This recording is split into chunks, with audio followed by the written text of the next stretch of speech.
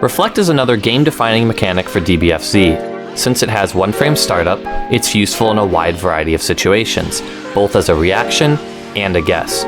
Without Reflect, many situations in DBFZ would feel nearly impossible to deal with appropriately. It's a very strong tool, but it is not to be overused. Knowing when it's an option and whether you should be using it as a reaction or a guess is important. Let's start with some basic info on Reflect. Reflect has one frame startup. It will push the opponent away if their attack makes contact with it, and if successful, your Reflect will recover sooner than you would have if you had simply blocked the attack instead. A whiffed Reflect has recovery, which can be punished by the opponent. However, a successful Reflect is completely invincible until it's finished recovering. The only time you can Reflect during block stun is while blocking Ki Blast property moves. If you Reflect after blocking the Ki Blast, then you will not be safe unless your Reflect makes contact with another move. And obviously, you can't Reflect Dragon Rush or Command Grabs. So when should we be using Reflect? Well, let's start with the obvious times where Reflect is likely to be used. Reflect is useful on your wake up to beat many meaty options such as the very common instant air dash jump H, or someone simply using a grounded button. Saying that Reflect beats these options is slightly incorrect though, since it doesn't guarantee a punish. A reflected opponent can usually still block your counterattack, or potentially escape the situation. Or you might still be locked down by an assist, timed right after your Reflect finishes recovering. Be careful not to overuse Reflect here. Many people are accustomed to calling it out. Another common situation where Reflect is an obvious choice is when you're being pressured. Frame traps are an important part of offense, beating mashing, up-back, vanish, and more. Reflect is a solid call-out against frame traps specifically. Oftentimes, the attacking player will autopilot a follow-up, which can be whiff punished for high reward. When your block string gets reflected and you recognize that you're about to be punished, vanish is an option to potentially save yourself. Be careful though, as your opponent could call this out by simply not counterattacking after their successful Reflect, letting them 2H the vanish. This situation could be treated as a mix-up, where the person reflecting sometimes counterattacks and sometimes does nothing. Be careful not to make a habit of reflecting too much while being pressured, since there are several strong ways for the attacker to call it out. Since you have to stand up in order to reflect, the opponent could simply use a true block string into a low, leaving no gap to be reflected, and catching you for standing. Since this is usually a 2M starter, this will hurt a lot. In times where the attacker could frame trap, they could instead choose to simply stop what they're doing and wait. If they see the opponent whiff a Reflect, they can punish it with one of their best starters.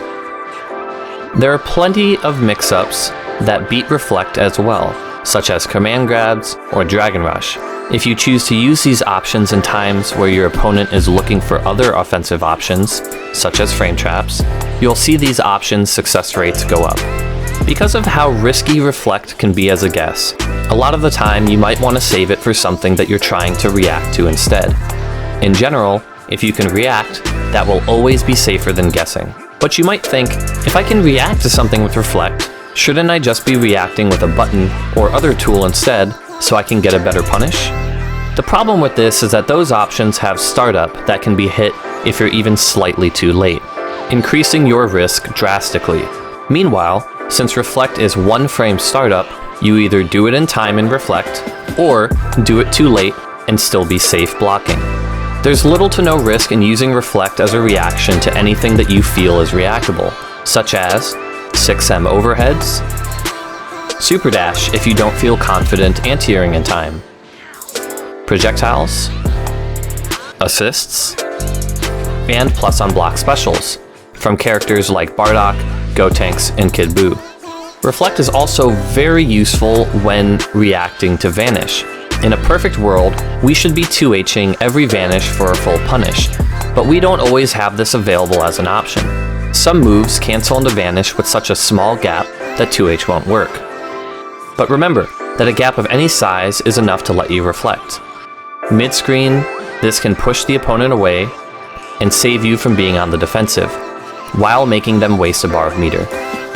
This is an excellent time to try taking your turn back with the tools that you have that reach farthest and fastest. If your back is to the corner, reflecting vanish lets you get a full punish, and if you have spark available, it's likely that you have some way to TOD the opponent. Make it hurt.